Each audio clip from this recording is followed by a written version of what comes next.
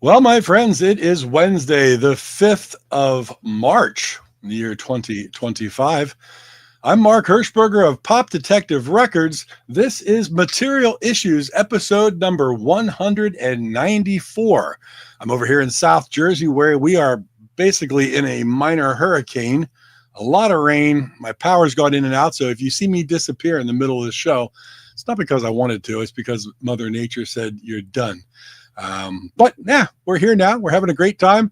Joining me, as always, my good friend from sunny Southern California, president of the International Pop Overthrow Music Festival, Mr. David Bash. David, good afternoon, your time. How the heck are you, my friend? You're looking good. You're sounding good.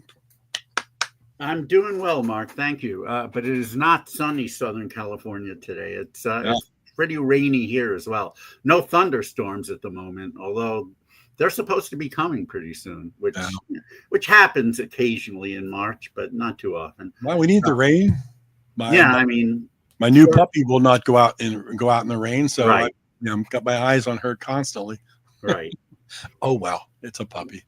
And how are your puppies doing? Puppies are doing great. Time to overthrow some pop. You bet it is.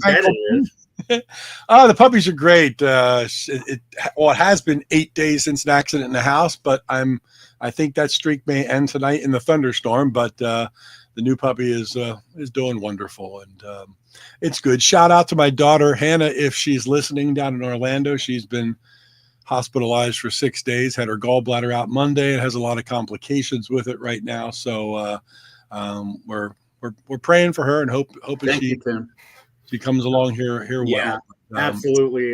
We tough to be 1,000 miles away. Hannah, we wish you the best for sure. Yeah, good deal.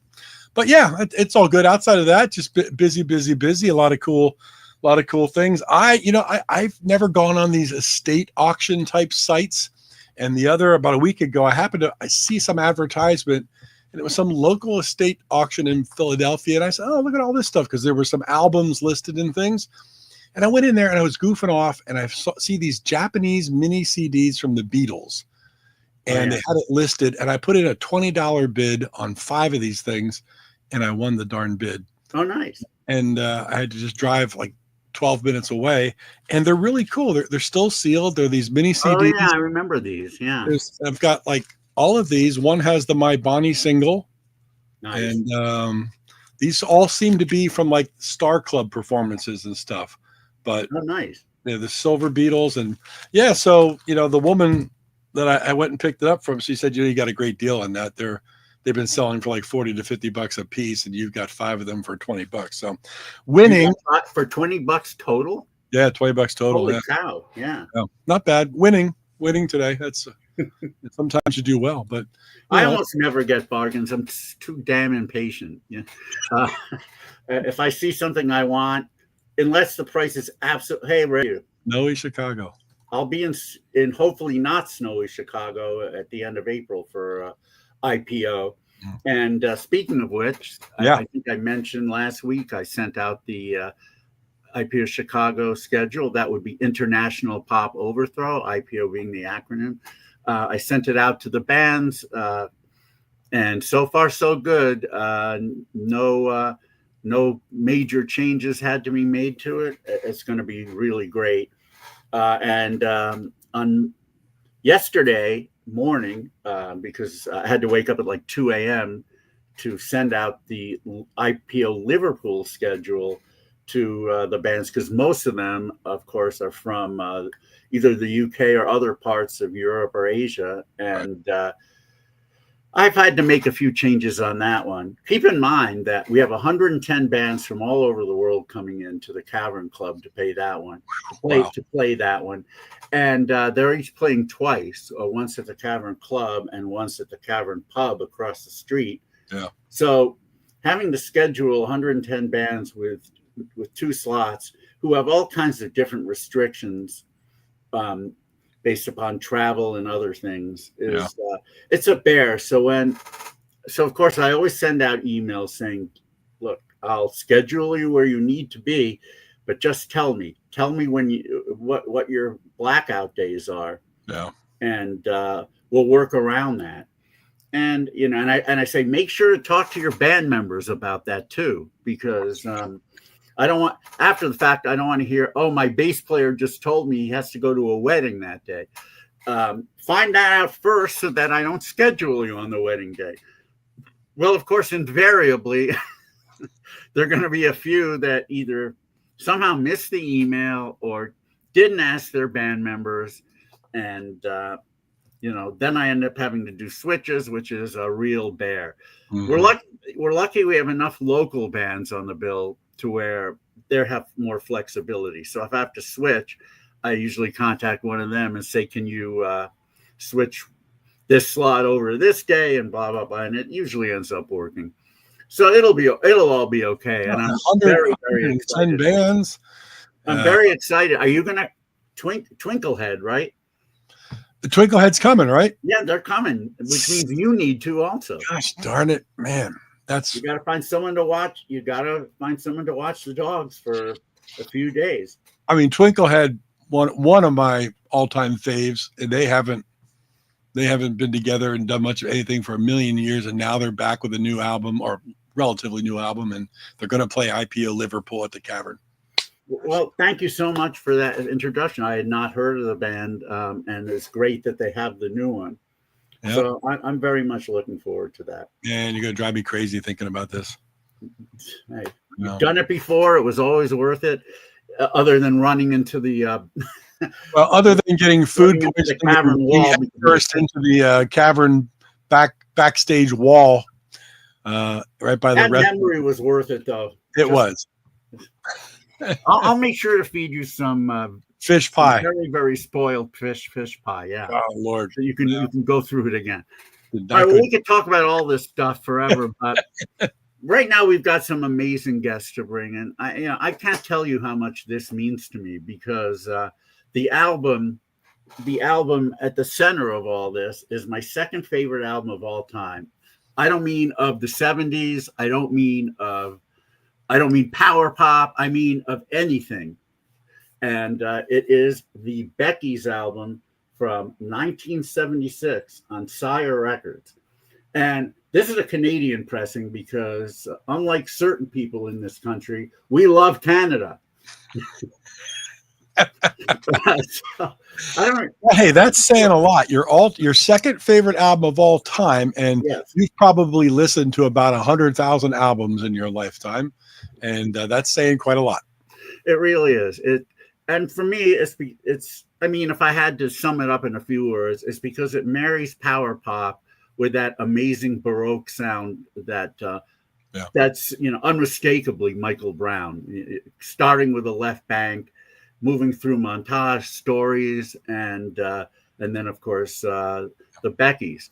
And thankfully, and this worked out just great too, because the label who puts out the International Pop Overthrow compilations is Omnivore Recordings. And I couldn't believe it when I got a message from a friend of mine saying Omnivore is going to be putting out a Beckies compilation with the album and a whole disc of unreleased demos.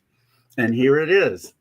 So we love Omnivore. Good to know. The Beckies story right here just came out on Friday. And, if you like Baroque pop, if you like power pop, if you love harmonies, if you like really tight songwriting and really, really good vocals, good playing, everything there. If you like that kind of stuff, I can't recommend this album more highly. And the demos disc is wonderful as well. And so you really should go pick this one up from Omnivore. Don't just listen to it on Spotify. Go buy it, because physical product is where it's at, ladies and gentlemen. Indeed. And today we have 3 members of the great band, the Beckies, along with the gentleman who wrote the liner notes for this collection, really informative liners. So we appreciate that. So without further ado, let's give a huge Material Issues welcome to Beckies members, Gary Hodgden, Scott Trusty, Mark Abel, and liner note writer Daniel Coston. All right, gentlemen. Yeah. Hey, And there you are. Good evening. And how about the fact that I could click on their names in the right order that you were riffing them off there, you David? did.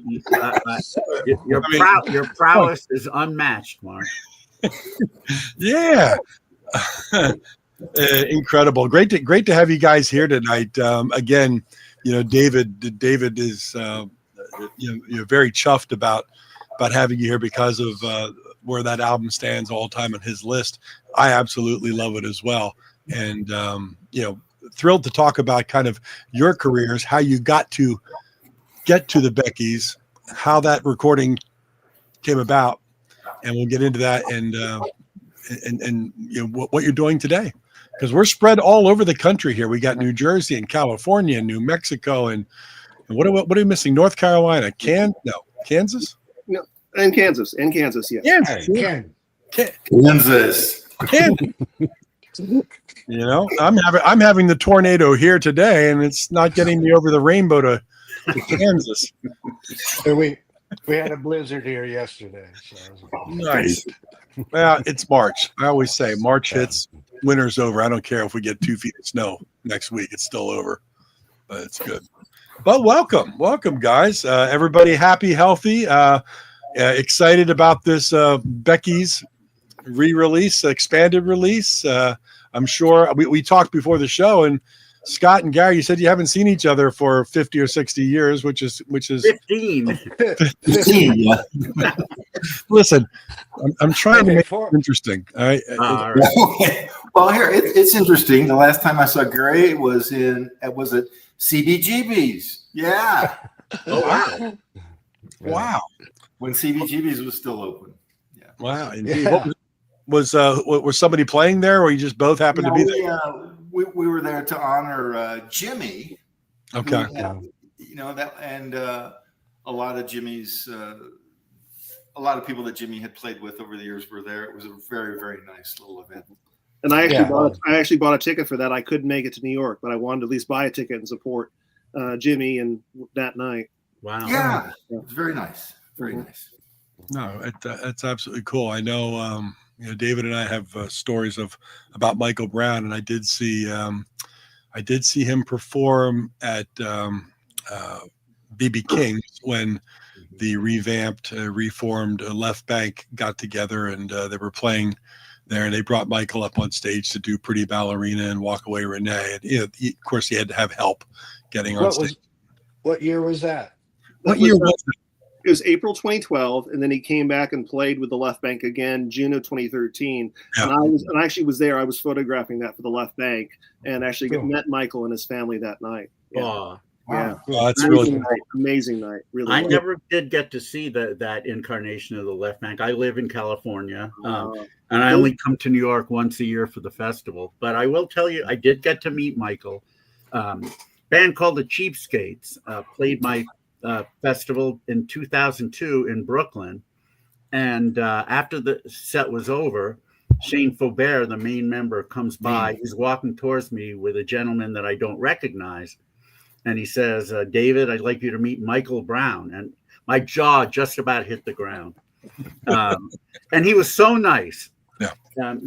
He said, David, Shane and I are working on some new stuff, and I want you to be the first to hear it. I don't know if he meant that, but just to hear him say that was really cool. So I of course, it was a huge honor, because the Left Bank album, the first Left Bank album, is also in my top 10. Yeah. Mine too. I was Michael was a genius, and everybody who was associated with him, it was for the better. Oh my gosh! Yeah. Well, speaking of being the first one to hear something, hey Gary, you remember those phone calls where you'd write a song on the phone call? Michael would call. He's writing a song. It's almost as if he could be talking to anybody. But he gets you or he gets me, and he's writing some. Oh, wow! You remember those calls? Oh, well, Michael's obviously a unique personality, and I've known a few of those in my life, so I actually always appreciated it. And yeah, I mean, Well, like you put in the liner note, the truth, yeah, that Sony cassette machine was everywhere. And think about it, you've got 12 songs. There's probably 30 more that were written in that same time period. Never got around even getting a band to play them, but got most of the way through with most of the lyrics, and a couple others that actually did get recorded by other people, but never turned into any money. But I don't think I know one thing I wanted to say about him. I don't think most of the people he worked with, including many of the other musicians he worked with, but others quite understood the talent that was there. When you hear, if you listen to stuff and you hear this piano playing all the way through, and he's flawlessly going through some very complicated music theory things and just flowing right through it. It's just coming right out of him. And there's one or two I'd point out in the songs that are on this here. If someone had understood that and tried to show that shine, let it shine. Of course, he wouldn't, because he's just like, no, I don't want to, But if someone had picked that up and made it shine, things probably would have been different or more successful for him. But anyway, I just wanted to get that off my chest. I totally agree. I totally agree, Gary. There's things that Mike could do and did when you're sitting next to him and playing, and he wasn't even, well, every once in a while he would say, well, this is a really hard part to play. And he's like, watch this. But mostly the cool stuff he did was not, there was nobody shining it up. You're right. There was nobody putting a spotlight on it in the right way. Yeah, but he would just flow right through it without thought. And then it's like, can you capture that part into the song? Yeah. and so that's, I really was surprised with some of the guys he's worked with that they didn't really pick up on that. But then again, you ask how we all came into this. I played for a long time before I met Michael, and we were professional musicians, and my brothers and I, and I saw it immediately. There's no other piano player that plays like that. And anyway, enough. Well, that's a good point. Before we get deeper into how you guys got into this whole thing called the Beckies with Michael Brad, I'd like to know a little bit of the pre-story of each of you, if we can. Gary, you said you played a lot. When did you get started playing live, and what's kind of like your Cliff Notes backstory? Well, this here, April 60 years ago for Truth, I played my first gig. I was 11 years old with my brothers, and then it went into 10 straight years across the Vietnam War, playing everything in the 60s. And back then, it's different with the, we didn't have concerts coming into every town. There just weren't concerts. So the only music you saw was the local bands, and if you were good, you got hired. And we worked at being good, and so we did 12 years. I counted that up, about 12,000 nights.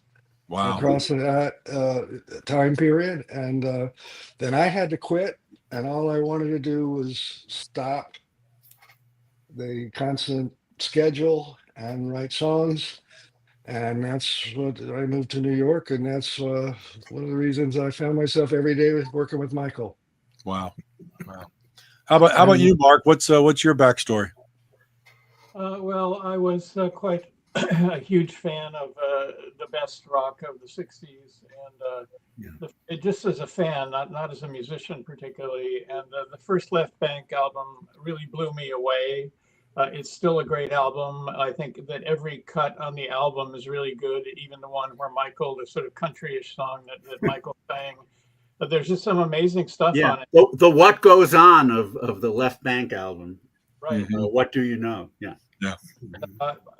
Later, I became a musician, moved to New York, in 1970, knocked around with various bands, found myself in 1974 in Kansas City, doing a very modest tour with a band. You mentioned the Blues Project before.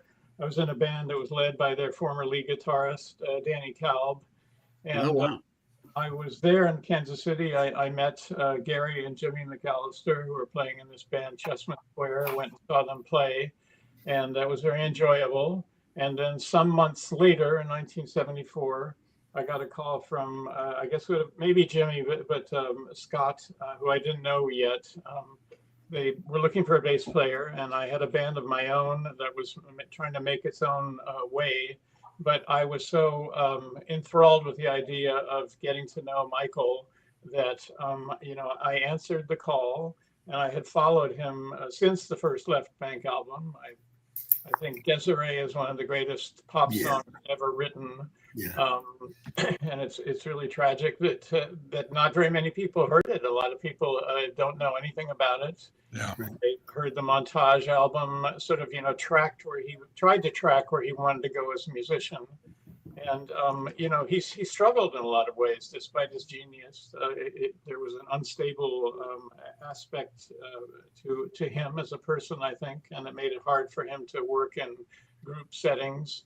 I listened to stories. It was fascinating to see him trying to retrack after the Baroque pop era kind of ended for him. And in stories, you could see that he was reaching for a more extroverted, flashy type of pop. And there's a couple of tracks they did that I think are really, really good. But the Beckies, in a way, I think was something of a return to his strongest melodic side. He was a terrific melodic player, and like Gary was saying, we worked up a ton of songs in Becky's experience, including a whole bunch that are not on the demo record, which is great, and it's wonderful to hear those songs. But there were a bunch more that didn't get set down on Scott's TIAC 4-track, and I don't know whether Gary has any of them. I have them all. I have them all on a cassette. Oh boy! Oh Lord, David Nash is going to be at your house tomorrow, probably. Well, actually, I've got this bootleg CD, and I can't remember who I got it from. It might be my friend Francesc from Spain, but this has the first 8 tracks are called the Beckies rehearsals. And some of them are on the demos disc, some are not. In fact, I have one that's not queued up to play later in the show. Oh boy. So we'll get to that in a little bit. And Gary, I will send you everything I have as well. I don't think I've done that yet, but I will get you everything that I have as well. Oh, cool. Yeah, I just don't know if these little cassettes will even play anymore. I think I have to cook them in an oven and all this crap to get it to work. Oh, wow. Yeah. If you have any questions, let me know. I'm actually doing that now with another artist, so my den is full of that right now. So yes. Very cool. Oh, very cool. Well, Scott, that leaves you down the bottom right of this Hollywood Squares program.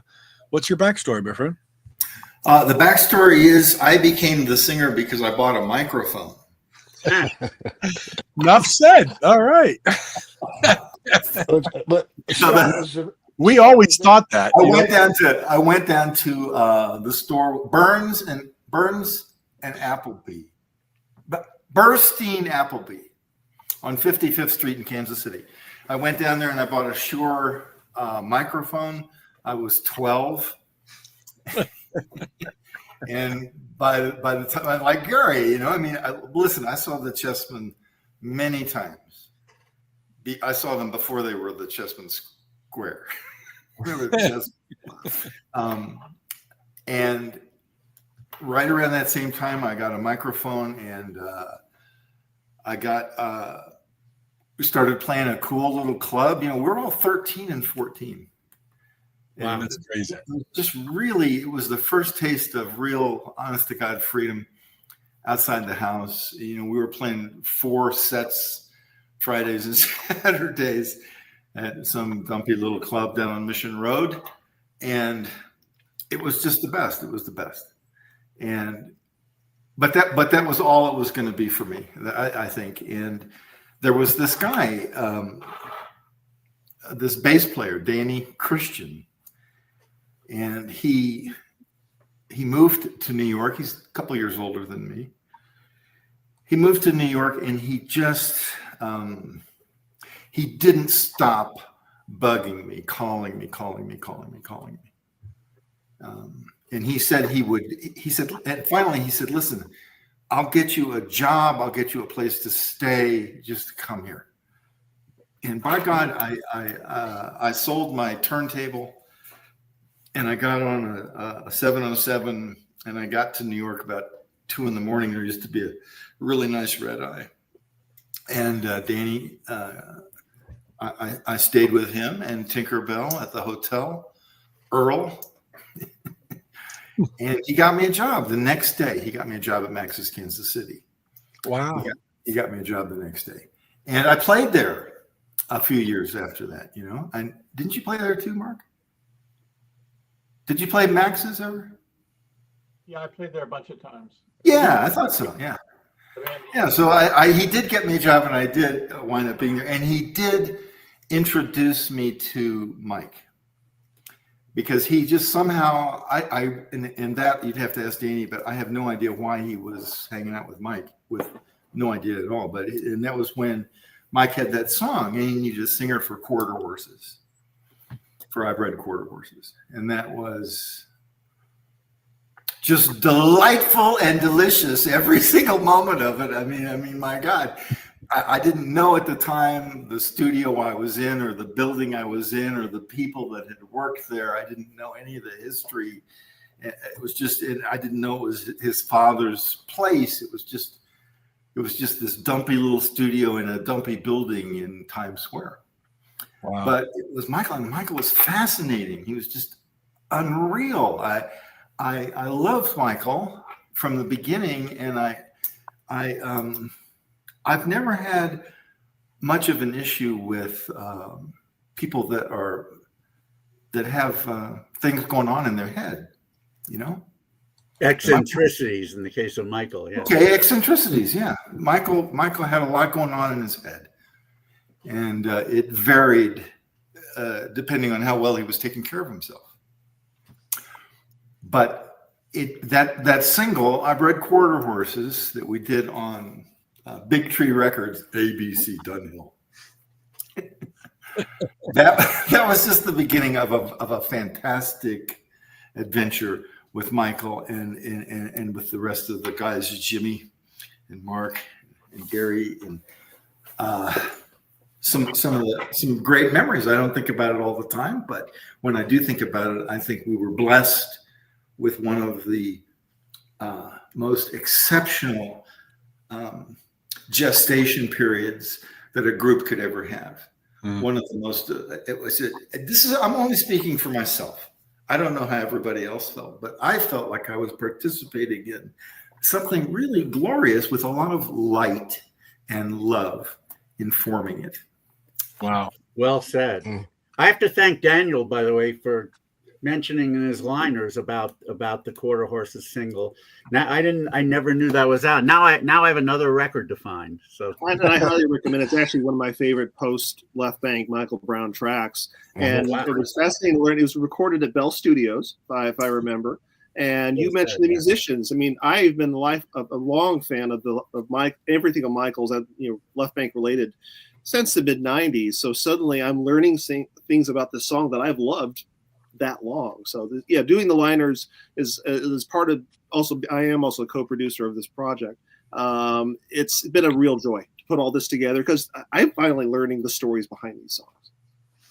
And while you're talking, Daniel, I mean, people might be familiar with the Beckies and the other three people on the screen here, but give us a little cliff note background of what brought you to what you do. As far as I'll try the very short version. Here in town, I'm a still photographer. Nationally, I work with a lot of musicians as a still photographer, and have been a writer for 30-ish years. Over the last few years, I've started producing projects. I produced co-produced the Left Bank Strangers on a Train recording that came out a few years ago. We also found some lost recordings from the Left Bank that I still hope to get out someday. Okay.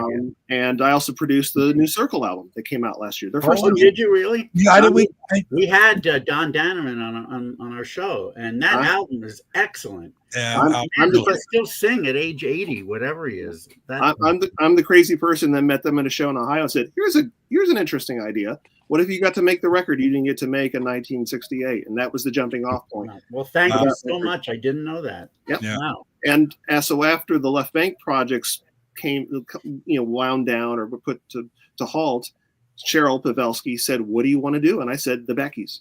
One, because I've loved this record. I think I first found a copy in Nashville in 2002, a promo copy, which is somewhere here in my office. And I love this. And then in the early 2000s, I became friends with Jimmy McAllister. He sent me the 8-song disc that you mentioned earlier. After Jimmy passed away, I got a complete set of 20 songs, which includes some of the same songs from a collector in England named John Kennedy. I want to mention his name as well. He's since passed away as well. So for whatever reason, these songs came to me and I've held on to them. And I felt the time was right to tell the Becky story and tell it correctly. So here you are. Fantastic. Oh, fantastic. Thank you. Hey, Gary, I have to ask you, now that Scott mentioned, I didn't realize this either, that Chessman Squared had been called Chessmen. I knew that there was a band called the Chessmen out of Canada in the late 60s, early 70s, who had among its members some guy named Terry Jacks, who eventually became a huge, almost superstar with his version of Seasons in the Sun. Did you change your name because of that band? No, it's kind of like there's a Chessman in every town, just like everything. No, first off, we had a misspelling on the original cards that we sent out, so the name had an A instead of an E, and the square was at. The square was added when Jimmy joined. When the guitar player we had, his name was Dave Huffines, and he was going a different direction, and Jimmy came on, and we have a big enough following that we needed to kind of signal that there was a change in the band by a change of the name. So that's all it boiled down to. Yeah. Wow. No, that's cool. But just so you know, I mean, without Scott, Scott introduced Jimmy and I both to Michael. So that's how we met Michael and began working with him. It's up to Scott. Yeah, because I told Michael that I had seen these guys many, many times in Kansas City. They were just the tightest, best players. Great. I wanted them all to come to New York and play, but we didn't. We just couldn't communicate that. But yeah, I was just I was thrilled. And you guys came to New York in a big. You took somebody's big brand new school bus. You were doing one of those drive-away deals, and you loaded up your amps and drums and drove the school bus to New York, right? Was that when that happened? I don't. No, we didn't do that. In fact, I think I took a damn train. All right here, just like we're just locked in. I did take the Shooting Star group up in a Winnebago, and you're driving down, on the trucks and stuff for the what do you call them? The display of your talents to the people. So we did do one of that. That was a CBGB gig, but no. Oh, yeah. But yeah, we used to. I got a few million miles in a big blue bus that had bunk beds in the back. Yeah. And speaking of lost tapes, Mark, I just day before yesterday, I'm still moving into this home in Santa Fe, and just day before yesterday, a cassette tape fell into my hands. It's the Danny Kalb tapes. Uh-oh. The 3 Danny Kalb songs that we did. Remember that? I have various memories of that band. It wasn't really a cohesive band. It was a guy trying to keep his career going. You remember the 3 demo songs we recorded on that PV console with Danny and you? And God, we worked so hard on it. I thought. God, growing Okay, well, I've got it, so I'll send it off. Scott, that was a different Mark Abel. You Yeah. the same thing I did. Well, he wants to hear them first before he admits to remembering it. Oh, yeah, that's right. Good idea. Well, I've got a brand new Nakamichi DR2 tape deck because I've got all these electronics connections, and I found a whole bunch of tapes, Brown's Band, Danny Cowell, all kinds of stuff. I haven't even touched it yet, so we'll see. Wow. Well, the stories are fascinating. How because we've done a lot of interviews. This is episode 194, but so many bands, especially up through the 60s, late 60s, early 70s, and how they got to meet the people that they met so randomly and strangely, maybe a post on a laundromat, help wanted type board, and that's how I ran into blah blah blah, and that's how we formed. The fact that it just kind of happened. We look back on it now and we go, yeah, but that's freaking amazing. But at the time it was just kind of organic. Oh yeah, here's meat, whatever. Oh yeah. And you guys get together and that's how it all kind of formed this thing that evolved into this Beckies album. And had you not been here or there or wherever you were at that moment to meet at that time, then the whole time-space continuum is thrown off and we don't sit here and talk about this. That's what blows me away about all these stories. That's what I think is fascinating about it. So that's just my little... How do you guys get your deal with Sire? There we go. I think I can speak to that probably. Yeah. Anybody else. I was in a band called City Lights. That was a New York band that had a little brief moment of being noticed. And we became the first American band to be signed by Sire, which had been doing nothing but releasing licensed product from UK and Europe up to that point. If you go back and look at their catalog, this would-be producer guy named Craig Leon somehow found out about City Lights, liked it a lot, got us signed very quickly. It happened very quickly. Now, I already was involved with what turned into the Beckies already, but a lot of the songs in City Lights are written by me, which is why I felt that I didn't want to abandon them just so that I could be in a Michael Brown band. But Sire just did nothing for the City Lights album when it came out. They just let it die very quickly, and they did the same thing with the Beckies later, but I got embroiled in a long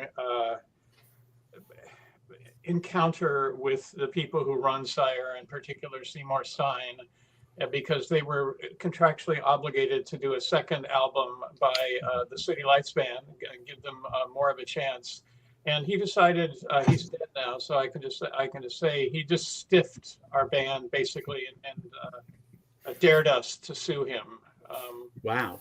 And we didn't have the money to sue him, and we thought we were good enough that we could get a deal somewhere else. But during this period where I was trying to finesse Seymour Stein and trying to see if something could be salvaged from that experience, I had been working with Michael and Scott and Gary and Jimmy, and I just told him, I know you're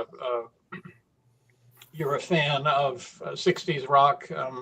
Here's a project that I've been working on.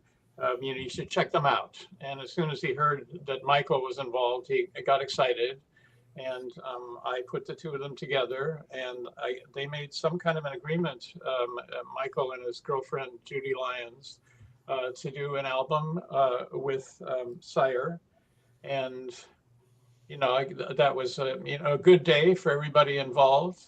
But as has been documented many times over, Sire didn't want to spend any money either recording on recording studios and engineers and producers, or on promoting its early bands. And it's fascinating that the band I was in, City Lights, was the first band they signed. Second band was the Ramones. The third band was the Beckies, and the fourth band was the Talking Heads. So take that on. It's a very strange juxtaposition of Madonna. But that was like 3 or 4 years later. Yeah. it's just a very strange historical footnote that the Beckies and the other band that was in City Lights did not have a very good experience with Sire, but the Ramones were following the momentum of their New York club career, and the Talking Heads just came out of nowhere. And, you know, all credit to both of them for becoming forces on the scene. But the Beckies and City Lights were from a slightly earlier generation, and our idea of songwriting, we weren't a new wave band. We weren't punk rock bands. We were melodic bands, the two of them, and I guess we were both with the wrong label. I don't mind saying that. And your timing was a little off as well. Yeah, Had you come out 3 years later with a resurgence of power pop, that it would have been a completely different thing. I want to talk about the album cover, which I know was designed by Tony Scott, who's the wife of Marty Scott, head of Gem Records. When I first saw this in 1976 at Corvette's department store. I remember looking at it, and I didn't know who it was. I thought the cover was cute and intriguing, but there was nothing that compelled this teenage boy to spend $5 to buy it. And I remember some of my friends would joke, "What is this, Jeff Beck's new album, or is his band?" Of course, none of us bought it. But then later in the year, when I started college, I think it was either Cream or Circus Magazine did a review of the album, and I don't remember who wrote it, but she, I know it was a woman. She was very favorable, and that's when I learned about the Michael Brown collection, a connection rather, and collection for that matter, and I really wanted to buy the album, but at that point it was already out of print. And so my local record shops didn't have it. So it wasn't until a couple of years later when I discovered record shops that had cutouts and out of print records that I was able to find it. And certainly it more than lived up to the billing. Did you guys get a chance to look at the cover before it was approved? Did you approve it, or was it kind of like with the Monkees, seeing an album saying, "What the hell is this? Oh, it's the new Monkees album." Why weren't we told? You know, how'd that work out? We did get to see it. Now we wouldn't have had any artistic control over it, but you know, there was a lot of different. I'll put it this way: Scott had a lot of different friends in the artists community in New York, so a lot of the people were doing lots of different interesting things, and it didn't seem to be out of line with that. Was my recollection. Good point. Yeah. Here's what the idea. This is what they told me. They told me that the front was going to carry over to the back, and the back was going to carry over to the front. So the idea was they were going to take pictures of us. They were going to. It wasn't that picture. They were going to throw things at us. So imagine if you had made up some little plush toys out of those lightning bolts or those things that float around on the front. That was supposed to be. We were supposed to be like catching it. Oh, you know, that here's this stuff flowing. That was her idea, I think, was somehow the band there were going to be photographs of the band where they were going to like put in those little objects that would seem to be coming from the back onto the front, something like that. And there were going to be, this was the part that really pissed me off. There were going to be these beautiful Beckies sweaters. Wow. Yeah. Back when they were actually pitching ideas about they were doing these before they decided there'd be no promotion at all, they had these ideas. Oh, that's cool. I want to get me one of those Beckies sweaters, with all that little stuff on it. But yeah, the cover wound up in a couple of books. There's a couple of books of rock and roll albums that feature that cover. Oh wow! But there was going to be an attempt to make that cover more than it turned out to be. Right. Might have been a budget issue, like Mark talked about, but we can move on past that. Okay.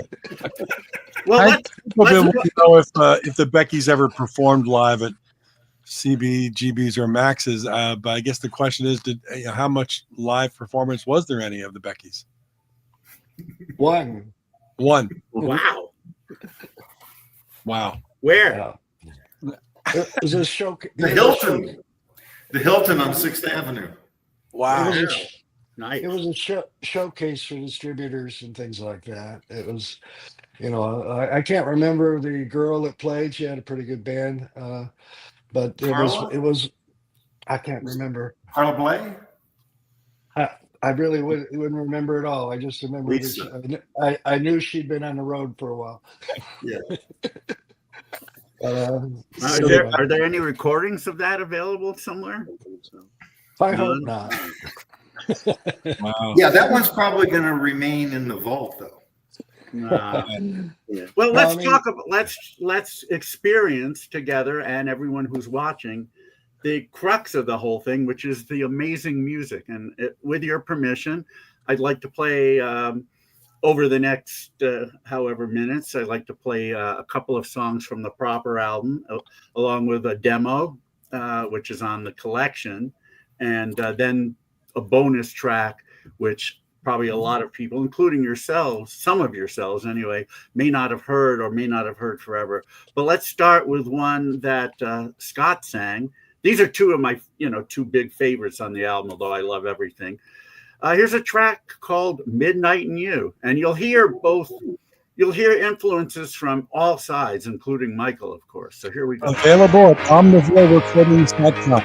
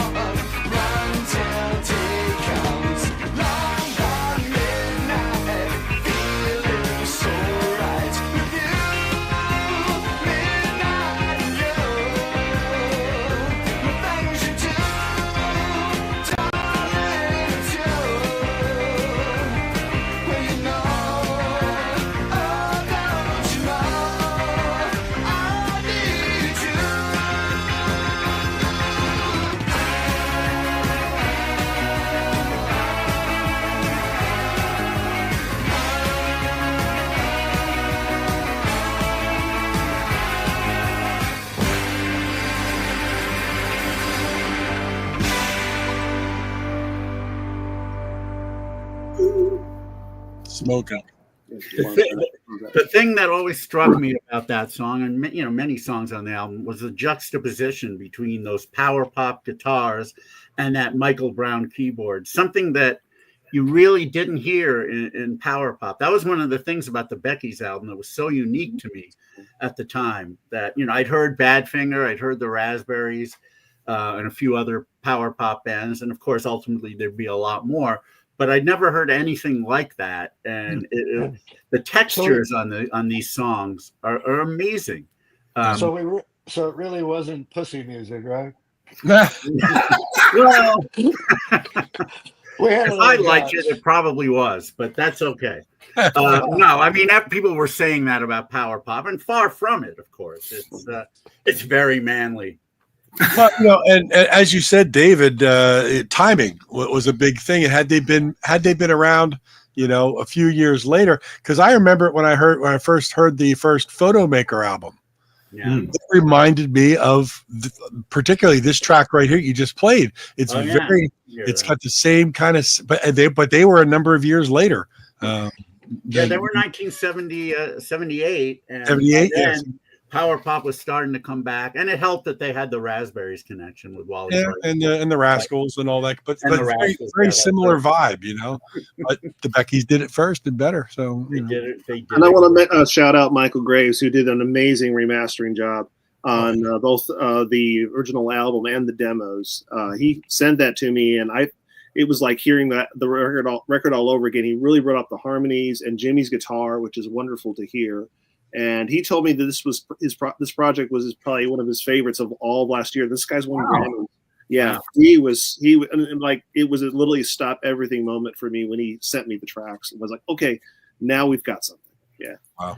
Well, years ago, back in the late '90s, when power pop was making a resurgence, and there were with current bands doing it, and there were reissues of albums coming out, like Off Broadway, for example. A lot of people wanted to do. I knew a label called Permanent Press, and the head of that label, Ray Paul, he loved the Beckies and wanted to release it so much. At the time, he went over to Universal, and they said, "Well, if you pay us $25,000 up front, we'll give you the licensing." And it's like, how could he possibly afford that? But these major labels, if they weren't going to do it themselves, it's like they didn't even want to bother having their in-house attorney write up a contract unless you paid them for $25,000. All right, then they'll get their attorney to do it. But I don't know if you know the answer to this, Daniel. Maybe we should have had Cheryl or Dutch on here as well. But how was it that Omnivore was able to make this happen? Omnivore has a relationship with Rhino. Rhino actually owns the master tape. Oh. And I was, having dealt with BMG on the Left Bank Strangers album, I thought this was going to take months and months, and it happened in a matter of days. They just they licensed it. It's like, okay, now we get to work. But it was Omnivore's relationship with Rhino that made that part. Well, that's awesome. Thank God. Let me play one more track from the album. This is one that Gary sings, and as evidence to people listening that they didn't just get Gary's eyes. They didn't just put their best tracks up front and leave the filler at the end. This is the final track on the album, and it's another great one that merges power pop with some real cool sweetness, harmonies, and Michael Brownisms. It's called Run, Jenny, Run, and here we go.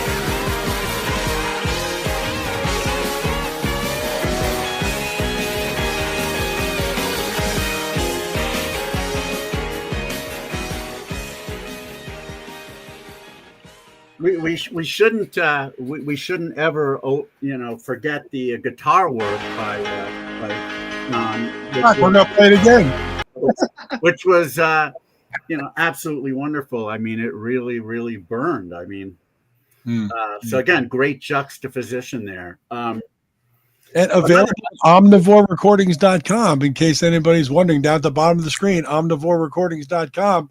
That's where you can get what we're talking about tonight, and that's where you can get this expanded CD collection. It's the original Beckies and a bunch of demo versions. It's one thing I learned when I was today years old. Mark's going to say something. All right, yeah, go ahead, Mark. I'm sorry.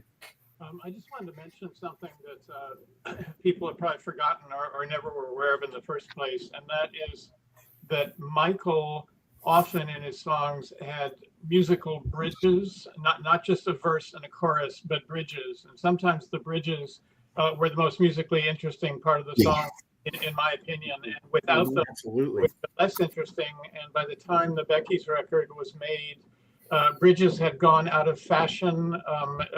Sort of mainstream rock had become much more streamlined structurally. Good point. We're not looking for this extra little injection of musical ideas, which I thought was a great loss because a lot of the best rock musicians. Yeah, and Mark, thanks for mentioning it, because in that song particularly, the emotion in that song is when Gary drops down, 2/3 of the way into the song. Run, Johnny, run, running in the sun, running in the and then it comes back at that. That is the part of the song that if I don't like what I'm hearing at the beginning, by the time I get to that, I'm in love with it.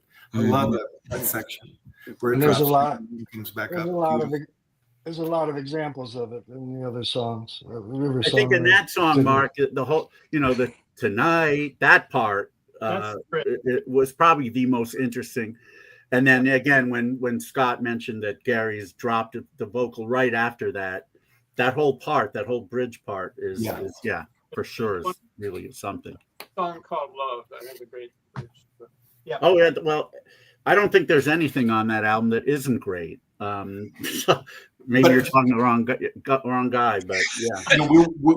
We were hearing those orchestral elements in there, and I just wanted to catch back to that Sony cassette deck. Here's where the problem lay with the Sony cassette deck. All of the charts were written for the strings and the horns from a tape on that cassette deck, and that Sony cassette deck was not in tune with the tapes at the studio. So when those guys all showed up for their one day of playing, all the charts, what were they? Do you remember? Were they a quarter tone off? But they were like that. But everybody that showed up had perfect pitch, so it didn't matter. They just rolled right up. It rolled right off of them. Here's this thing that all their charts are completely wrong, and they're like, "Yeah, fuck it, let's go." So there's this thing that nobody believes in, that there are people with perfect pitch, and yet we certainly experienced it. Michael's dead. What was the recording of the album like? What was Michael Brown like as far as the recording process? Demanding, particular, picky. I'll pick this one up because Mark already mentioned our budget. So I have been very accustomed to doing lots of recordings before ever meeting Mike and stuff like this, and I'm very accustomed to working where you set up the drums, we get the sounds, somebody's back in the room, we plant 2-4 songs or whatever we do the overdubs, we're out of there in 3 hours. We did a series of those. And so we had a producer, you'd say, but not like producers, mostly glorified engineers. And so the recordings were very quick. I mean, I'm thinking of when I first met, when Scott and I, and we first got together. The first week was the release of the Pink Floyd album. Mm. And I, listened to it, and good, bad, whatever, I hadn't really been told that they had a full year of sitting in the best studio in the world to create this damn thing.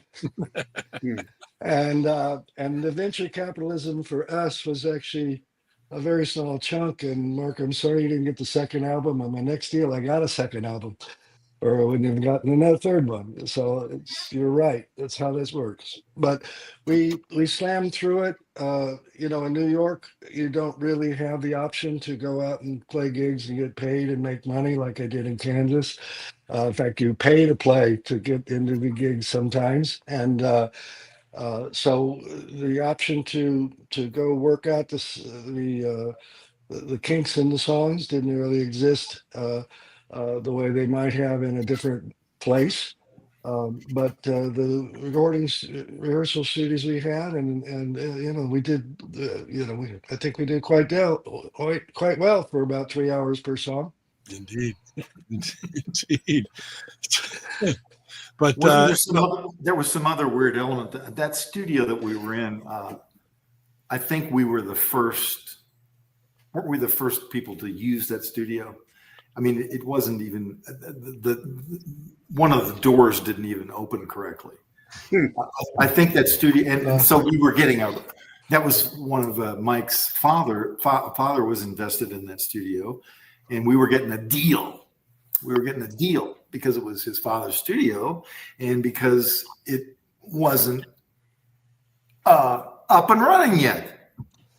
But that is how this is how the world works. So it's not like we're under any disadvantage compared to a whole lots of other people. It's just the no. We were definitely more advantaged than Indian, recyclers turning steel drums into paint cans. But let's face it, that we were breaking in a brand new, and by the way, a brand new digital and analog studio. There was digital going on some weird way, but it was mainly analog. But it was a brand new studio, and it with brand new people. So it was. It did make it It did make it different than had we just been working over it, wherever. I think Scott, in your background, I just saw a raccoon walk by. I'm not sure if that's a green screen. Well, the cats are really happy. Oh, it was a cat. Okay, it was a cat. There's another one over here, and they're like, "Thank you for the music." They've never heard that stuff. Is your cat named Fran by chance?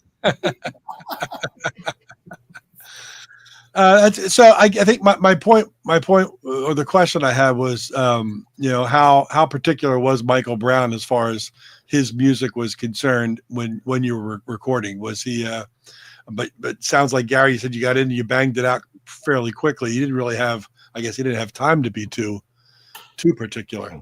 I think he was in a bubble, and he didn't. I think he was in a bubble. He was just he took his bubble with him, whether it was in a studio or it was in his home or wherever he was. And I don't, to him, he was just doing what he always did. Yeah, Michael is easy to work with. I mean, go, Mark, go.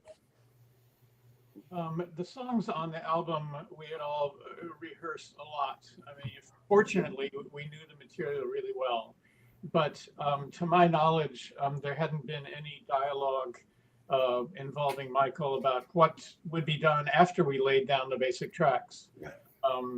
This producer, John Abbott, who was involved in the Desiree recording, was supposed to be the producer, but he bailed really quickly. I'm not sure why, but the orchestral elements that wound up on the record, to me, were afterthoughts that Michael and Ron Frangipani decided on. In my opinion, some more thought should have been given before going in, just because it would have left more room to add things later. But anyway, that's the situation we were in. We didn't have any financial backing. We were fortunate enough to make any album, I would have to say at this point. Yeah, I mean, it's worth noting again, like I said before, I don't know that the people involved really knew what to do to make the Michael shine. Right. And so there wasn't a discussion about it, right? I know what happened with Abbott, but it's more of the business relationship stuff, and then Ron Fanjani was there, but again, having worked with many other producers since then, he was just there. That's my understanding with John Abbott. It was a business thing that fell apart. So Michael did like to work fast in the studio. I've heard that from members of the Left Bank to Montage. He definitely, he had a sound in his head and he went about going about it and getting it quickly. And also he'd come up, with his dad in the New York studio system, which was get in there and knock it out. Yeah. Well, and then so it all comes to fruition, and here's this final finished product. When you guys hear it for the first time, the finished product, or what was the feeling? At that period of time, in that year of and the work you put into it, what was the feeling about the finished product? I think it was as good a shot as we could have had under the circumstances. We met a lot of good people, and names that show up later in histories of other bands and stuff like that, and all that kind of thing. But in the venture capitalism. Sorry. Anyway, in a situation as it was from a business capitalist venture and stuff, it just wasn't panning out. So they, but it was, it was good. We were hoping that at least one of those would have hit the radio, one of those songs. That's what we were hoping for. I know I have a promo single of River Bayou. Was that one played a bit? I don't know what kind of stats occurred from that. I know that the release stuff is singles, and again the where the promotion went. We had a publicist. I actually learned about publicists, but as far as the whole, what I would say is the how you get on radio, which is a whole different world. And a whole different star making machine situation. We were never close to anything about where that world was at, so I don't remember whether any of us ever heard anything about that. But that's its own game, and we can move past that one too. Yeah. Yeah. Well, fortunately, there were people like me who heard the album and loved it, either at the time it came out or over the years, some of whom actually had the power and authority to do something about it, as Omnivore did. And so not only do they release the proper album, but they add a demo disc, previously unissued demos indeed. And one of those, some of these demos ended up having finished versions on the album, and some of them didn't. And one of the ones that didn't, that I really love, is the one I'm going to play right now, called Daybreak. Not one word, but two words, Daybreak. And this is beautiful. Here we go.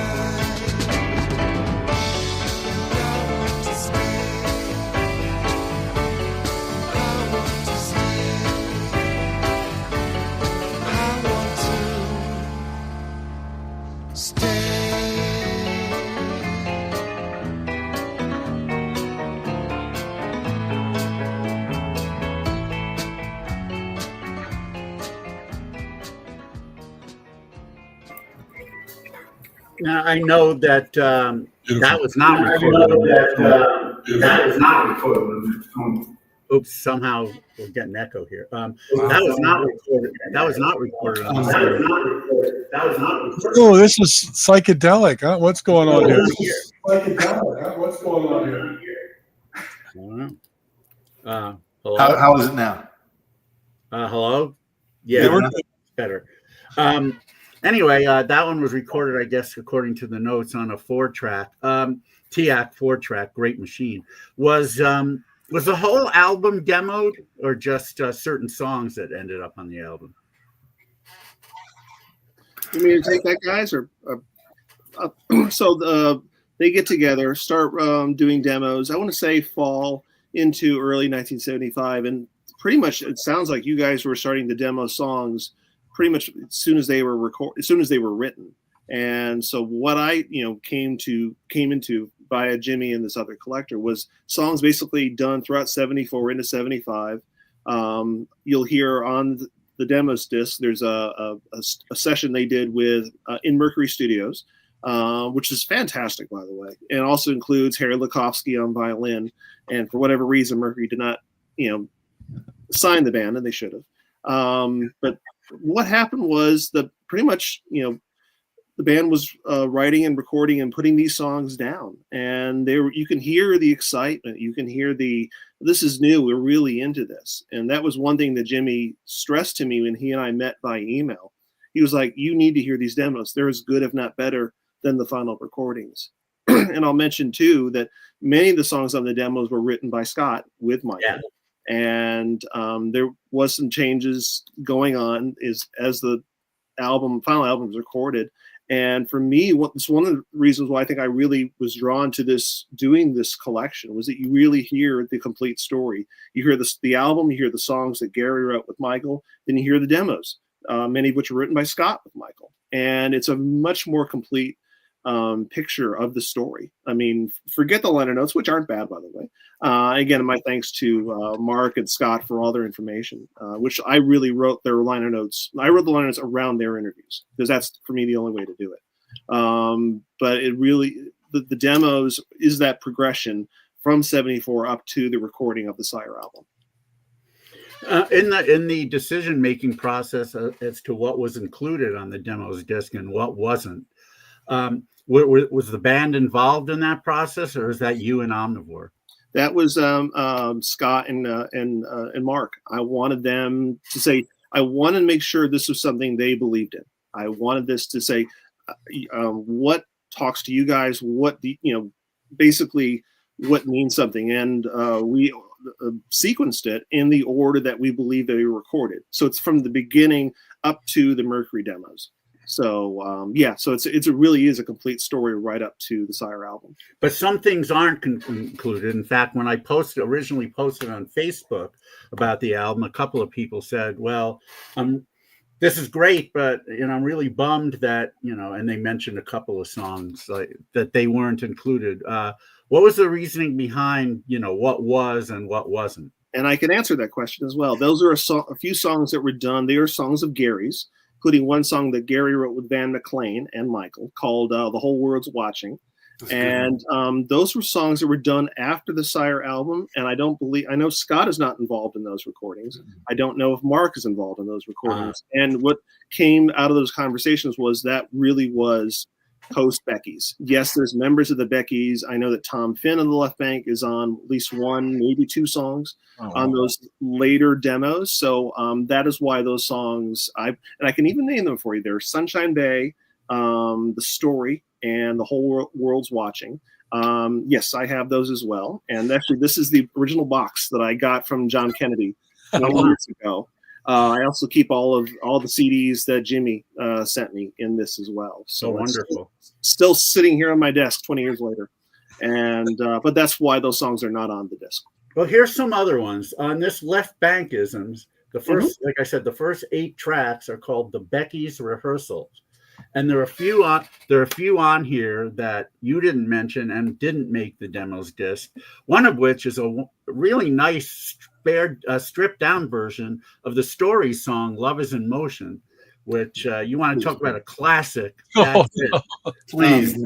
But the one I'm going to play is another one that you didn't mention, and maybe some of you can enlighten us as to what the story, no pun intended, was about this.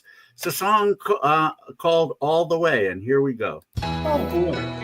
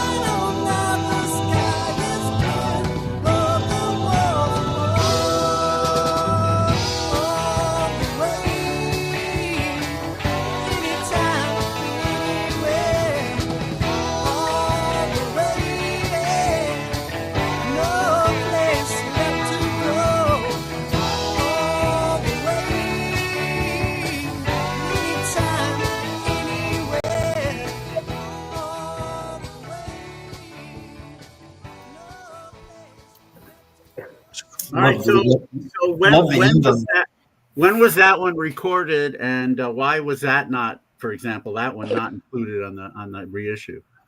And I I can't recall the order of events, but a couple of things that I wanted to make clear. By the way, that recording is with an actual piano rather than an electric. So was that at Don's place? Where that was recorded at the Leonard Street Loft, yeah, which was where all those demos were recorded, except for Mercury. That was a TX 4-track recording. It was just that's the way we were working. We were working live to tape. That's just a live to tape recording. We played the song, we recorded it, we came back a minute later. But those aren't guitar overdubs. That's Jimmy playing guitar live. Right. There are overdubs, but they're vocal, and that was all done live, and it was mixed live. And it was fun. I don't know if we actually did the overdub. I think that was live. But I'm telling you, you know, when you hear you see the stuff about the Beatles, and here's what Lucy in the Sky was the first time they recorded it and stuff like that. The words aren't finished on that song. It's like, you know, there's a bunch of stuff, but you can hear the same stuff we're talking about as far as you know, your you know, part of the change over there too was songs that would work in a concert situation and moving, you know, trying to get some of those put together. But you know, as far as what ended up on the album, you had some of the best ones that were thought of from demos before that were done. Like I said, a River Song, you could hear Michael Shine in that with his piano, and then you're hearing some of the latest that seem to have the best prospects. And that's always the way it is, I think, with most people. You're writing songs, you build up a repertoire, and you're getting better each time. Well, you're moving these different directions and integrating it. And so what ended up on the album just happened to be the combination of those ones we knew we thought were the best ones and some of the last ones. In fact, I think the opening song of the album was the very last one written. Before we cut, and so that may not have even had a demo. So just giving you a sequence there, but some of those would have been ones. Okay, we got to do. Let's work up that. Where's the harmony parts? Where's the, you know? So and that's what you just heard. This all led to that one live performance. To answer your question, All the Way was one of the first 8 songs that I believe that the band demoed. It was on the first, I think Michael Brown had this transferred in the early 2000s. He gave Jimmy a CD that had like the first 8 songs from the first demos of that early era. And then later on, he gave Jimmy and this other collector a full set of the 20 demos, which some of the songs are the same. Mm-hmm. So that's how they broke out. I think we just... Again, there's embarrassment of riches, both in the demos and the recordings of this album. And sometimes you have to make decisions that are difficult. But no, I really wanted to work with Mark and Scott and get this right. I always say that just because other labels have done this in the past doesn't mean that I should. And I wanted to do it. You know, my favorite phrase is you're doing this or you're not, and I'm doing this. And Omnivore. And you did do it right. I don't mean to. I don't mean to sound ungrateful. I think this is awesome. I was listening to it too, going, "Oh darn, that is a good one." Yeah. I wanted to clear up one thing for you. You mentioned the whole world's watching, and it's a song called Higher. That ended up on the later, for me, it was Shooting Star albums. Those were not; those were written in the same time period. Mad McLean had nothing to do with it, but because it's being, it had to split publishing for the album, had to designate. So Michael got half of the publishing, and he may have even made some money. I didn't, but. You know, I think the whole world watching on that is maybe and Bluey, if you could imagine Michael doing the playing, and there's probably a demo of it. But if you took a good producer, and there was always there later I heard these complaints that Michael's playing too much, you know. But I later worked with John's producer, and basically my Elton John would play all the time, but Elton John would leave the studio and come back to hear the album party, and his producer chose when when the piano parts are helping and when they're kind of in the way. And that's someone trying to shine the best light on that artist, and it worked pretty good there. But didn't have anybody trying to shine that light on Michael, probably ever in a career. They just didn't see it. You mentioned Shooting Star, Gary. That's the band you went on to after the Beckies, and you released several albums on a major label, didn't you? Yeah, so did 5 albums on CBS, Virgin, whatever. But what was your experience like in that band? I assume you got to play live, and there was a little more promotion going on. We did quite well. Some of the same stuff though that still floats in. I had learned a lot from the experience in New York, at least about the record companies and what they were like, and the various record moguls, and so that helped me navigate a few turns and stuff like that. But yeah, I ended up on the road for about a year, and like I said, I did 2 albums in San Francisco, Mark, same time you were living there. and those albums I was able to spend 3 months each at least, instead of 3 hours for each song. Did you meet Walter Yetnikoff? No, I can't play. Because I think he was the head of CBS around that time, no? Oh, well, I probably met a lot of people that I, never really, they wouldn't have mattered much, There's a book called Hitmen, which talks a lot about the heads of labels in the 70s and 80s. And yeah, there was some unsavory stuff going on with Walter Yetnikoff. Not just him, but well, and he was not the easiest guy to get along with either, apparently. I summed it up not too long ago with all of that kind of question. This stuff in our world has been going on since before the tide started falling. Yeah, it's not actually. I'd like to. I'd just like to disappear, but I'd like to drive something home. Really, that is the most important thing to me about this whole deal. Okay, I don't give a shit about the business. I don't give 2 shits about the business. How's that? I don't give 2 shits about what word makes somebody want to listen to this song or that song, or what's going to do well in concert. All I cared about, and the thing that is in my heart so strong to this day, was I don't even know how long it lasted. Let's say it lasted a year. The time that those 5 guys spent at that Leonard Street loft under that skylight playing an old beat up piece of shit piano with an amp and Gary's drums and a microphone and a tape thing. We went there and we had breakfast sometimes, lunch sometimes out of the diner, the Triangle Diner. But we went up to that loft. That loft was next door to a warehouse, a fennel warehouse.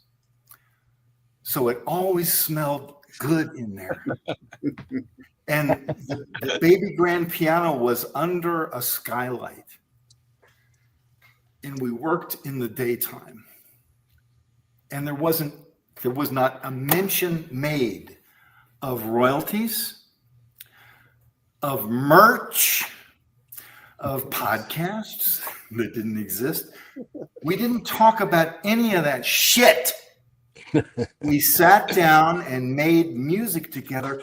And I want to tell you, if you've never had that experience, I'm only speaking for myself.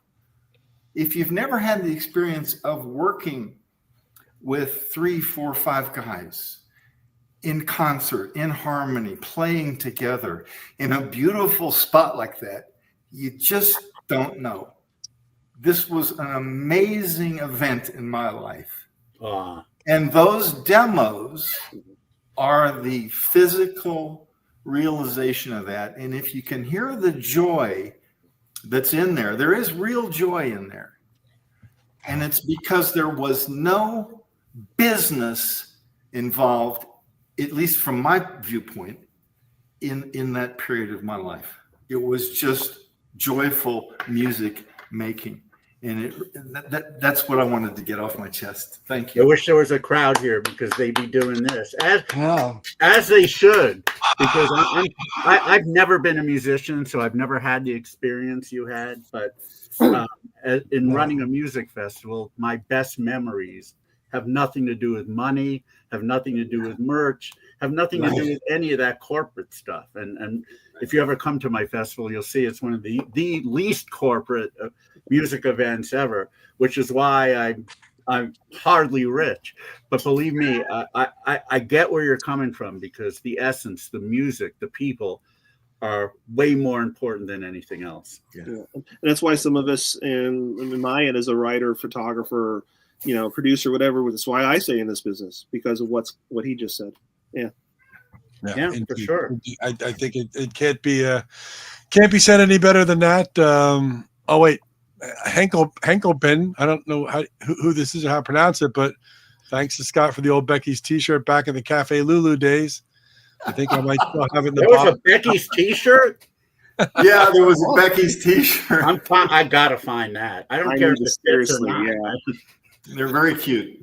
I don't know who Henkelben is or what you go by, but that's pretty cool. Yeah, absolutely, Tim. Scott's honesty and passion. Thank you all. It was a great interview. For those listening and for those aren't familiar, this is the Beckies original album that has been re-released on Omnivore Recordings. It kind of looks like this. This has the demo word in there, but that's what the photo of the Beckies is. Omnivore Recordings, very good friends of ours, omnivorerecordings.com. This has been an awesome interview. We thank Gary, Scott, Mark of the Beckies.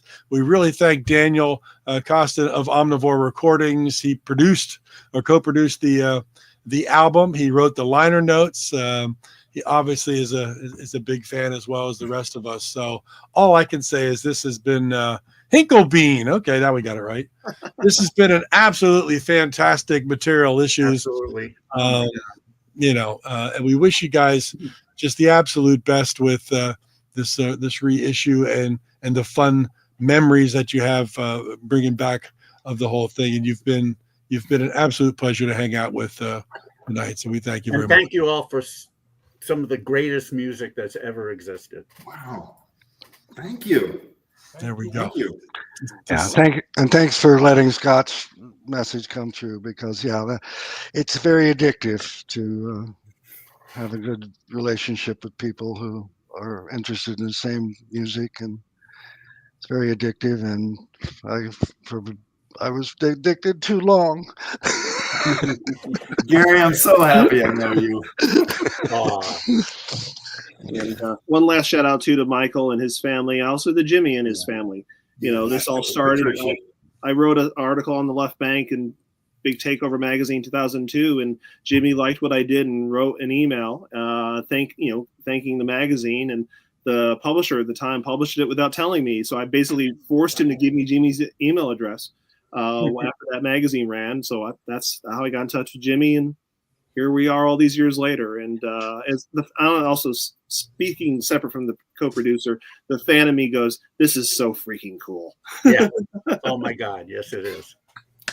Well, everybody have a wonderful evening. Thank you again for the music. It just continues to live on. It puts a smile on so many people's faces, and I know it's close to your heart. So that's just fabulous. And have a great evening wherever you're at here in the U.S. To me, really. Yeah. Thank you so much. Have a great night, everybody. Thank you. Thank Cheers. you for the kind words, David. Well, cheers. I mean them all. Oh, it's very sweet. Good night, all. Good night. Wow, that was great. And yes, Scott's final statement. Wow.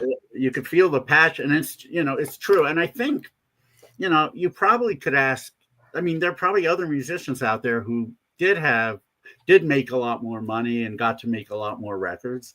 Yeah. And, you know, some of them are all about the money, and some of them were all about what Scott was about. And I think from that's what really makes you happy. Yeah. It really does. Yeah, so indeed. I'm glad he expressed it so eloquently. Yeah, and you know, and I think we've run into both sides of that equation throughout our interviews of a lot of bands and artists and whatnot. We've had the side where it was all about, you know, the money and the business, and we've run into those who didn't, as Scott said, didn't give a shit about the money in the business. It created such a wonderful moment in time and long-lasting memories. So we haven't had Mike Love on yet. Yeah, there's the big 100%. All right, 99% money, 1% camaraderie. Yeah, exactly. But that was. You want to talk about a feel-good interview? That was really. Oh my God, it was really special. I mean, you know, I was looking forward to this for so long, and it was more than I even could have hoped for. Yeah, great. And it was great that we could get all those people on. Yeah, yeah. And they all had a lot of input. It's not like anyone kept quiet. Yes, indeed. We're glad to have heard from all sides of this project. So again, I implore you that if you haven't yet bought this, especially if you like what you heard on the show today, by all means, pick it up wherever you can and tell your friends, because if you're a big pop fan, chances are you have other big pop fans. Maybe they've heard of Michael Brown, maybe they hadn't, maybe they knew about the Beckies album, maybe they didn't. But we know one thing: if they buy it, they're going to love it. Yep, OmnivoreRecordings.com. It's scrolling across the bottom of the screen. That's where you go to pick it up. Again, fantastic release. Big thanks to Cheryl Pawelski and Dutch Cramblett and Gary Allen of Omnivore. Greg Allen, I'm sorry, Greg, of Omnivore for and everyone else, and of course Daniel for his work for making this project happen. Fantastic. Gotta love it. Well, speaking of loving it, what do we got coming up, David? We've got quite a lot coming up, actually. Yeah, we do. It's interesting. Coming up next week is someone who was around and recording at the same time as the Beckies and a little bit later, but he had a little bit more fortune. Oh, Greg, that's you. Okay. Didn't know it was you, Greg. Yeah, Good to see you. Greg makes a lot of comments on my posts, and so you're from the Kansas area as well. Wow. Okay, great. Anyhow, this is a gentleman who did have a little bit more luck, and also he had plenty of skill as well. And in 1978, he ended up having a top 10 hit on the Billboard charts, a song that was inspired by the dance called the Stroll. I'm sure the Diamond song Stroll was very inspirational as well. It's a song called Magnet and Steel, and this gentleman recorded several albums for the CBS label. Also, I think he was on MCA for a while, and then ultimately he reunited with John Zambetti, who was his musical partner in a 60s group called the Malibus, kind of a surf group. Right. He ended up reuniting with him, and they recorded some stuff in the 80s, and they're still recording under the name the Malibus, and they've done several really good albums of Beach Boys and power pop inspired music. So you should check them out. But we've got Walter Egan as our guest on Material Issues next week, Wednesday, March 12th. Nice. That's going to be fun too. Wow. Now, on March 19th, we were going to reserve this show to talk about new music and maybe play Stump the Bash and things like that. But we're going to have a guest, but probably only for the first 15 minutes, although we've heard that before. Yeah. But yeah, her assistant basically said that we've got 15 minutes. So we'll see if it only lasts 15 or it goes further. some of you who are a little bit younger than I am, or Mark is, in the 80s may have watched regularly a show called Charles in Charge, starring Scott Baio. I watched a few episodes, but I was a little bit older, and so I didn't really get into it too much. But Charles was in charge of, I guess, correct me if I'm wrong, and I very well may be, some kind of boarding house. And I think in the second season, they changed locales, and he was in charge of some children. He was living with a family, and he was in charge of the children's sisters named Jamie and Sarah Powell. Jamie was played by Nicole Eggert, right? Who, of course, went on to become quite the sex pot. And Sarah was played by the woman who's going to be our guest on Material Issues, whose name is Josie Davis. And it's kind of, if you were a teenager then, it's kind of a Ginger Mary Ann thing. I mean, Nicole was the older sister, very popular. You know, all the boys wanted her. She was, you know, again, she was the sex pot. And then you had Sarah, who was more of a, you know, a little bit more introverted, a little bit more bookish. But even though she was young, you could tell that, you know, when she got, it's kind of like a Valerie Bertinelli thing on One Day at a Time. Yeah, yeah. But when I first started watching that, I was the right age to have a big crush on her. And it was real obvious from the beginning that when she grew older, oh my God, she was going to be smoking. And you could kind of see that in Josie as well, but her character was not that kind of woman. Well, she did grow up to be quite a beauty. I don't know if you look at her body of work, and I still have things to watch, but you know, she went on, among other things, to do a movie called Dirty Teacher, which, as you might guess, is a movie about this. This isn't a Mary Kay Letourneau thing. It's not about but she does end up having an affair with one of her students who is 18. He is of age at this point. And yeah, it's not the kind of thing you might have expected out of her, and she does a really good job. And it's quite the movie, I must say. And she's done many other things. She's still acting. She has a podcast as well. So I'm really looking forward to having her on the show, even if it's only for 15 minutes. I'm sure it'll be fun. And if it lasts longer, great. If it doesn't, maybe we'll have a Stump the Bash or something in the wings, and we'll play some music, and we'll do something. We'll see what happens. I remember Brendan Benson said, "You got 15 minutes." He ended up being on for almost an hour. Yeah. I mean, sometimes it depends, of course, on how much she enjoys it. If she actually has the time to do more than 15, we'll find out. But anyway, Josie Davis will be our guest on Material Issues on March 19th. That's gonna be fun. Then on March 26th was the serendipity of the whole Steve Katz thing. If you watched last week, you found out, as I did, that the man that was in Steve's Even Dozen Jug band, Bob Gerland, was not the gentleman that was my philosophy professor, even though they had so many similarities. So it was uncanny when Steve said, "That's not him." One of the all-time greatest moments in Material Issues history. And, I'm in many ways, I'm glad it's not him. I know, but and I'm not making fun of anything. No. Believe me, I'll never forget. It's a great moment for me too. There was about 3 seconds of like, that's not him, and it was just silence for about, and then you were like, yeah, it is.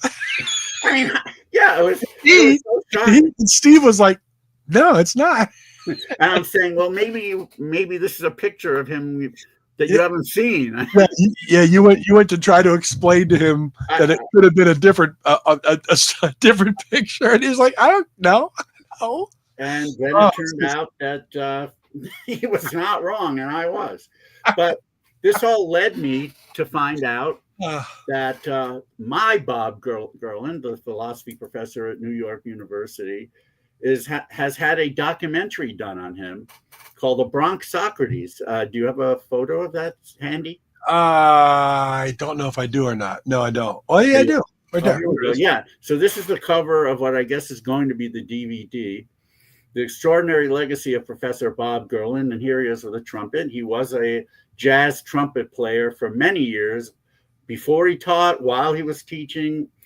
And but what I didn't realize was that over the years, his star ascended as a philosophy professor, and he's become one of the most renowned philosophy professors in the entire country. And he did retire from teaching a few years ago, but a man named Joe DeSalvo, documentarian, who had him was also one of his students, decided to do this documentary of him.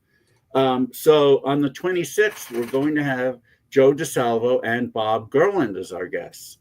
Very cool. Like I mentioned before, Bob was very irreverent. His classes were unbelievably entertaining, hilarious. He would go off on these weird tangents that entertained everybody. And I had the privilege of becoming friendly with him. I would hang out in his office hours, and we would talk about anything but philosophy. And Joe has gotten to know him a lot better. So it'll be great having them both on. Bob is 91, but I'll bet still as feisty as ever. And I mean, he looks great for 91. Look at that picture. Right. That's probably around, that might be a little bit after I had him as a professor, probably in the 80s sometime. I could be wrong. Joe will enlighten us. But anyway, Joe he's come out from New York to do a private showing of the documentary on Friday, and I've been invited to it. So on Friday, I'm going to go see that, meet Joe, and probably just be laughing my ass off the whole time during the documentary. So I'm really looking for the other Bob. Yeah, well, good one. Disrespect the guy in Even Dozen Jug Man, whose name was pronounced Bob Gerland, and when Steve pronounced it that way, at that point I should have realized, whoa, something's up. Wait, something's not right. Something's not right. But I think that guy who's still alive, by the way. But I think he's the other Bob Gerland. I think my Bob Gerland. We should have both Bob Gerlands on the show. If the other one's my God, that is a great idea. That is funny. Oh, by the way, here is Josie Davis, who'll be on the show on the 19th. That's her current headshot. I think it's fairly current. I mean, I see she's posting on Facebook all the time, and she is 52 and still absolutely gorgeous. Stunning woman. Yes, indeed. But yeah, I mean, she never did quite have the same. She didn't have the same appeal as Nicole Eggert, which is like saying Marianne didn't have the same appeal as Ginger. But the men with character in that age old debate, most of them picked Marianne. It was the same thing with Jennifer and Bailey on WKRP. Very similar situation. I mean, Lonnie Anderson was a sex pot who got most of the attention, and Bailey Quarters, played by Jan Smithers, she was kind of in the background and didn't have as many lines as Lonnie did, and didn't achieve the fame. But if you ask a lot of men who they really preferred, and the answer was Jan. And so I think Josie she definitely fits in that category as maybe not the most. She's certainly not the most flamboyant, showy kind of person, but she's got a fun podcast. She does, yeah. We did an interesting Valentine's episode about 2 awful dates, which was really funny. In some ways, we talked about it pre-show, but she'll probably talk about her podcast. I'm not sure if she ever got married, but she's not married now. I don't believe so. I don't think any of the info out there talks about a marriage at any point. But well, we'll find that. Hopefully, in 15 minutes, we can cover her career and what she's doing lately, and the podcast. And maybe it'll be, like I said, maybe it'll be more than 15 minutes. So yeah, I'm trying to straighten my hair because she doesn't like tight curly hair. Is what? Yeah. Yeah, she was talking about a date on her podcast about the guy. She was set up by friends who she thought knew her taste well, and then he shows up, and immediately one of the physical things about him she doesn't like is his tight curly hair. Yeah, well, I mean, those aren't really that curls that much. It's a little. I'd like to. Yeah, I mean, I'd like to see a picture of that guy. I think it was more of a Mike Brady curls, probably. You know, maybe so. Yeah. Also, she said he was as white as a ghost. She didn't like that either. Oh well, David, that was it was a wonderful night tonight. That was a lot of fun. It was. And yeah, we're still, of course, we still have irons in the fire. I actually contacted a guy from a really great 60s band. I shall remain nameless because at this point we're unable to get him as a guest. But if his circumstances were to change, we may very well have him. So we'll cover that later. But for now, yeah, irons in the fire. Hopefully, not hopefully, but we will. And here's another thing, and we'll just talk about this briefly. Mark and I were on the phone a few days ago, and after I spoke with my friend Steve Korn, asking for suggestions as to how to get more people to watch this podcast. And one of the things he said, and John Borak also said the same thing, is that the time in which we do it may not be that conducive to people watching. We're on. Thank you, Tim. Thank you for watching. We're on at 3 p.m. Pacific, 6 p.m. Eastern in the middle of the week. Steve suggested Sunday night. So I don't know how people feel about that, but I'm thinking you were wondering what we might want to do for our 200th episode. Maybe that should be the episode where we start anew on Sunday evening and see if that helps increases viewership. I think it's probably more convenient for most people than Wednesday. And, sometimes if people aren't able to watch it, they get distracted and don't necessarily watch it on the archive. So maybe what we need is a little bit of a change. So, well, after 199 episodes of mostly Wednesday nights, why not make a little change and see what Sunday would do? I think it could be a fresh start. Yeah, I'm all for trying it. And even for getting guests, a lot of guests are busy during the week, but they're okay on a Sunday because they've done something Friday night, Saturday night, but Sunday's usually open. So that might help us out on guest wise too. So all right, so yeah, that's something we'll certainly consider heavily. Yeah, I think it's an interesting idea. So if you like it or don't like it, you can always drop us a note. If you've watched this in the archives and you've heard us thinking about the change, drop us a note. Let us know what you think. We always like to hear from you. But as it is, we'll see what happens. But this has been a wonderful episode number 194. They're all available on Material-ish over at materialissues.com. It's scrolling across the bottom. Subscribe. It's the YouTube channel. All you gotta do is subscribe. That helps us. That helps us with our numbers, and it doesn't cost you anything. And we will. Yeah, as Bluto said, don't cost nothing. Don't cost nothing. That's what we need. That I once did try to get somebody from Animal House on the program. I'm not giving up on that. Right. I did have a pretty lengthy conversation with one of the people on, but they didn't. I don't think they were really up for being on a podcast these days. And they recommended I contact someone else from the cast, which I did, but that unfortunately didn't go anywhere either. But I'm not giving up. I mean, it's still one of my favorite movies. It's a classic, and it'd be fun to have somebody from on there. So maybe one day. Well, fantastic. So the next 3 weeks, we've got great guests. So everybody plan to be here every Wednesday, the next 3 weeks at 6 p.m. Eastern, 3 p.m. Pacific. Very late over in the European side, probably 11 or 12 o'clock or something. But this has been great. The Beckies, pick up that new reissue with the bonus tracks on Omnivore Recordings. Absolutely. Recordings. So great to hang with you, David. Loved Arena. Likewise. Love to Chaz and Audie for sure. Oh, and a brand new update. My daughter just texted me, and her hemoglobin levels with the blood transfusion went from 6.2 to 7.5 in the last 2 hours. So that's good. That's a meaningful increase.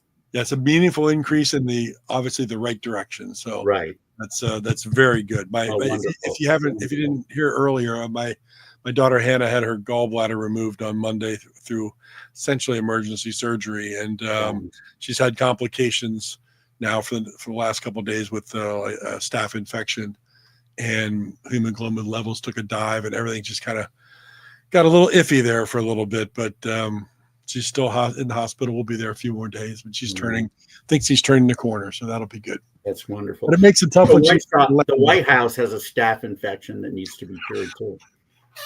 Ba-dum-bum. Yeah. He's here every Wednesday, ladies and gentlemen. That's right. 2 shows on Friday. Wonderful. All right. Have a great night, everybody. We'll see you next Wednesday. Material. Great night, great week and weekend, and stay safe, and we'll see you next Wednesday. Thanks.